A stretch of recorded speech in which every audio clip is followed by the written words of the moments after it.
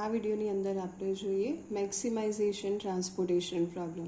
તો નોર્મલી આપણું જે ટ્રાન્સપોર્ટેશન મોડલ છે એ પર યુનિટ જે કોસ્ટ હોય આપણી ટ્રાન્સપોર્ટેશન કોસ્ટ એને મિનિમાઇઝ કરવા માટે ડિઝાઇન કરેલું છે. પણ ઘણી વખત એવું બને કે આપણે પ્રોફિટને મેક્સિમાઇઝ કરવાનો હોય, એટલે કે જે પ્રમાણે આપણને આગળના જે એક્ઝામ્પલ્સ જોઈ ગયા એની અંદર પર યુનિટ ટ્રાન્સપોર્ટેશન કોસ્ટ આપેલી હતી, એની જગ્યાએ અહીંયા આપણને શું આપેલું છે કે પર યુનિટ પ્રોફિટ, અને એને આપણે મેક્સિમાઇઝ કરવાનું.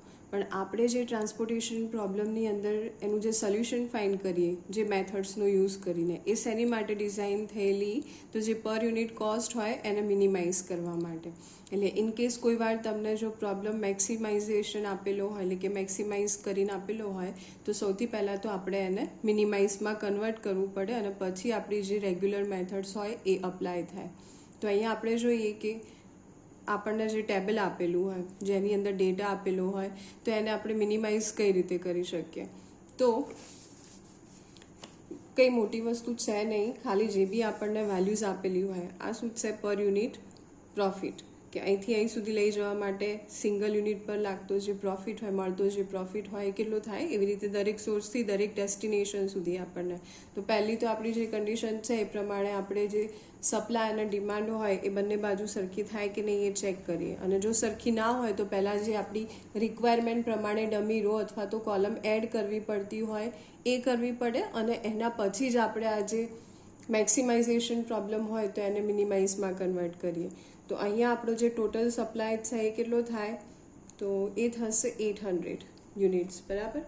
અને એ જ રીતે આપણે ડિમાન્ડની વાત કરીએ, રિક્વાયરમેન્ટ્સની વાત કરીએ, તો એ પણ સામે કેટલી થાય 800 યુનિટ્સ. તો બંને ઇક્વલ થઈ ગયા, એટલે અહીંયા આપણે કોઈ બી ડમી વેલ્યુ, ડમી રો કે ડમી કોલમ એડ કરવાની જરૂર નહીં પડે. હવે આ ટેબલને આપણે મિનિમાઇઝમાં કન્વર્ટ કરવા માટે આપણો જે મેટ્રિક્સ આપ્યો, સપ્લાય અને ડિમાન્ડની જે વેલ્યુ હોય એ એની અંદર ઇન્ક્લુડ નહીં થાય. એની સિવાયનો જે આપણને મેટ્રિક્સ આપ્યો એ મેટ્રિક્સમાંથી આપણે ચેક કરીએ કે કયા સેલની અંદર આપણને મેક્સિમમ વેલ્યુ આપી. તો આ બધી વેલ્યુઝમાં ચેક કરીએ તો મેક્સિમમ વેલ્યુ કેટલી થાય 50. તો હવે એ 50 વેલ્યુ આપણે દરેક આ જે વેલ્યુ આપી મેટ્રિક્સની અંદર, સેલની અંદર, એ બધી વેલ્યુઝ 50માંથી બાદ કરવાની.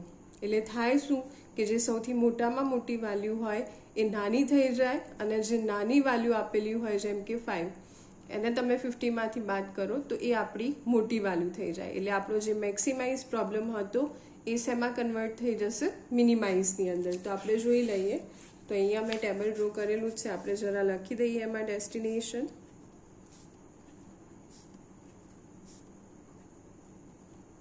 એ જ રીતે અહીંયા લઈ લઈએ સપ્લાય સેન્ટર.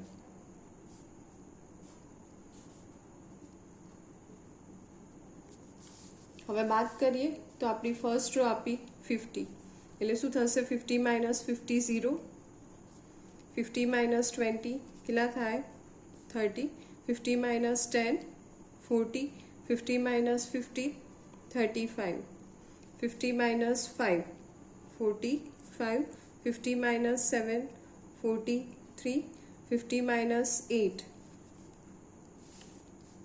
32, 50 - 25 કેટલા વધશે 25, 50 - 29 એટલે 21 થશે, 50 - 18 32, એ જ રીતે 50 - 23 એટલે વધે 27, અને 50 - 20 એટલે 30. બાકી બધું આપણે સપ્લાય અને ડિમાન્ડ એઝ ઇટ ઇઝ લખીશું અહીંયા. તો 200, 250, 350, ઓકે, અને એ જ રીતે 150, 300, 100, 250, અને ટોટલ સપ્લાય અને ડિમાન્ડ 800 યુનિટ્સ, બરાબર. તો આ રીતે આખો જે મેક્સિમાઇઝેશનનો પ્રોબ્લેમ આપ્યો તો પહેલાં આપણે એને શેમાં કન્વર્ટ કર્યો, મિનિમાઇઝેશનની અંદર. અને હવે એને આપણે જ્યારે initial basic feasible solution find કરીએ તો જે આપણી નોર્થ વેસ્ટ કોર્નર રૂલ અથવા તો લીસ્ટ કોસ્ટ મેથડ કે વોગેલ્સ અપ્રોક્સિમેશન મેથડ, એનાથી તમે આનું સોલ્યુશન ફાઇન્ડ કરી શકો. મેક્સિમાઇઝેશન ડાયરેક્ટ સોલ્વ નહીં થાય, કારણ કે એની માટે આપણે ટ્રાન્સપોર્ટેશન પ્રોબ્લેમની અંદર કોઈ મોડેલ ડિઝાઇન કરેલું નથી.